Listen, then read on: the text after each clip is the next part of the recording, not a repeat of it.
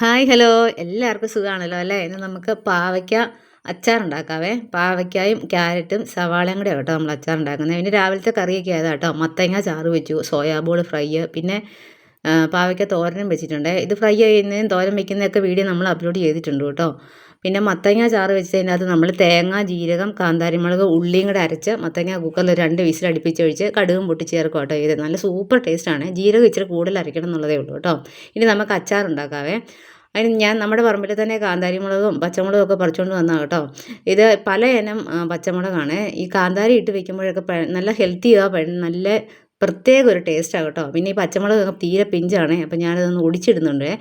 പച്ചമുളക് ഇടേണ്ട ഏതെങ്കിലും ഒരു മുളക് ഇട്ടാലും മതി, ഞാനിപ്പോൾ ഉള്ളതുകൊണ്ട് ഇട്ടാൽ കേട്ടോ. പാവയ്ക്ക ഇത്രയും വലുപ്പത്തിൽ അരിഞ്ഞെടുക്കണേ.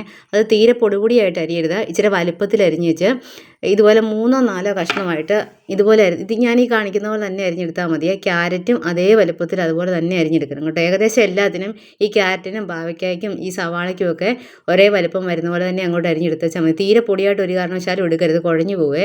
പിന്നെ സവാളയുടെ ആ ഭാഗം അതുപോലെ അങ്ങോട്ട് കളയുവാണെങ്കിൽ കണ്ണെരിയത്തില്ല കേട്ടോ. അവിടെ ഭയങ്കര വാതകങ്ങളൊക്കെ ഉണ്ട്, കണ്ണൊക്കെ പുകയുവേ, കണ്ണിൽ നിന്ന് വെള്ളം വരും. പിന്നെ നല്ലെണ്ണയ്ക്കകത്താണ് ഉണ്ടാക്കുന്നത്. എണ്ണ ഒഴിച്ച് കടുകും പൊട്ടിച്ച് വെച്ച് നമ്മൾ കുറച്ച് ഉലുവായും കൂടി ഇട്ട് കൊടുക്കണേ. എന്നിട്ട് നമ്മൾ സത്യം പറഞ്ഞാൽ ഇതെല്ലാം കൂടി ഒരുമിച്ച് അങ്ങോട്ട് ഇട്ടാൽ മതി. ഞാനിത് വേറെ പ്ലേറ്റിൽ എടുത്തുകൊണ്ട് അങ്ങോട്ട് ഇട്ടാൽ കേട്ടോ. ഈ ചേരുവകളെല്ലാം ഇഞ്ചി, വെളുത്തുള്ളി, കരിയാപ്പില, കാന്താരിമുളക് ഇതെല്ലാം കൂടി അങ്ങോട്ട് ഇട്ട് വെച്ച് നല്ലപോലെ നമ്മുടെ പച്ചക്കറിയും കൂടെ എല്ലാം കൂടെ അരിഞ്ഞ് വെച്ചിട്ടുണ്ടല്ലോ, അതെല്ലാം കൂടി അങ്ങോട്ട് ഇട്ട് ആവശ്യത്തിന് ഉപ്പും ചേർത്ത് ഇളക്കി മൂടി വെച്ച് ചെറു തീയിൽ കുക്ക് ചെയ്തെടുക്കണേ. നല്ലപോലെ തെളിഞ്ഞ് നിൽക്കുന്ന പോലെ ഉപ്പ് ചേർക്കണം, കാരണം പാവയ്ക്കയൊക്കെ നല്ല ഇച്ചിരി കയ്പുള്ളതാണല്ലോ. പക്ഷേ ഇത് ഉണ്ടാക്കി കഴിയുമ്പോൾ ഉണ്ടല്ലോ, ഇത് പാവയ്ക്കാന്ന് പോലും തോന്നത്തില്ല കേട്ടോ.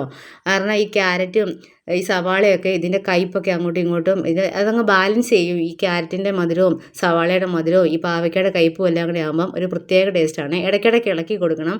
പിന്നെ നമ്മളിതിനകത്ത് വെള്ളമൊന്നും ഒഴിച്ചിട്ടില്ലെങ്കിലും ഈ ആവി കൊണ്ട് ഇത് അടച്ച് വെച്ച് വേവിക്കുമ്പം ചെറിയ വെള്ളം ഉണ്ടാകും കേട്ടോ. ആ വെള്ളം ഒന്ന് വറ്റി വന്നാൽ മതിയേ. പക്ഷേ ഇത് ഒരുപാട് കളറ് മാറുകയോ വെന്ത് പോവുകയോ ഒന്നും ചെയ്യരുത്.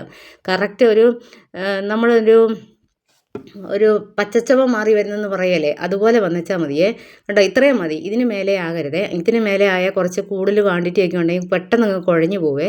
പിന്നെ നമ്മൾ ഇച്ചിരി ആവശ്യത്തിന് കുറച്ച് ടേസ്റ്റ് വരുന്ന കായത്തിൻ്റെ പൊടിയും കൂടെ ഇട്ട് കൊടുക്കണം, അല്ലെങ്കിൽ കായത്തിൻ്റെ കട്ടയുണ്ടെങ്കിൽ അതായാലും മതി കേട്ടോ. ഇപ്പോൾ കണ്ട വെള്ളമെല്ലാം വറ്റി എണ്ണ മാത്രമേ ഉള്ളൂ. ഈ സമയത്ത് നമ്മളൊരു സ്റ്റീലിൻ്റെ പാത്രത്തിലോട്ട് മാറ്റി വെച്ചേച്ച് നമ്മുടെ ആവശ്യത്തിന് വിനാഗിരി ഒഴിച്ച് കൊടുക്കണേ. ഞാൻ 3 ടേബിൾ സ്പൂൺ വിനാഗിരി ഒഴിച്ചിട്ടുണ്ട് കേട്ടോ. അപ്പം നമ്മുടെ ഇഷ്ടം പോലെ ഒഴിക്കാവേ. ഇനി ഈ വിനാഗിരി നമ്മൾ നാളെ മുതൽ ഉപയോഗിക്കുന്നുള്ളൂ. ഇന്നിട്ടാൽ നാളെ മുതലേ ഈ വിനാഗിരി നാളെ കാണത്തില്ല. ഇത് ഈ പാവയ്ക്കായും ക്യാരറ്റൊക്കെ അങ്ങോട്ട് അബ്സോർവ് ചെയ്തിട്ട് ആ മുളകൊക്കെ കഴിക്കാൻ ഭയങ്കര ടേസ്റ്റാണ്. എല്ലാവരും ഉണ്ടാക്കിയൊക്കെ നോക്കണം കേട്ടോ. ഇഷ്ടപ്പെട്ടാൽ ലൈക്കും ഷെയറും സബ്സ്ക്രൈബും ഒക്കെ ചെയ്ത് കമൻറ്റൊക്കെ ഇട്ട് സപ്പോർട്ടൊക്കെ ചെയ്യണേ. ഓക്കേ.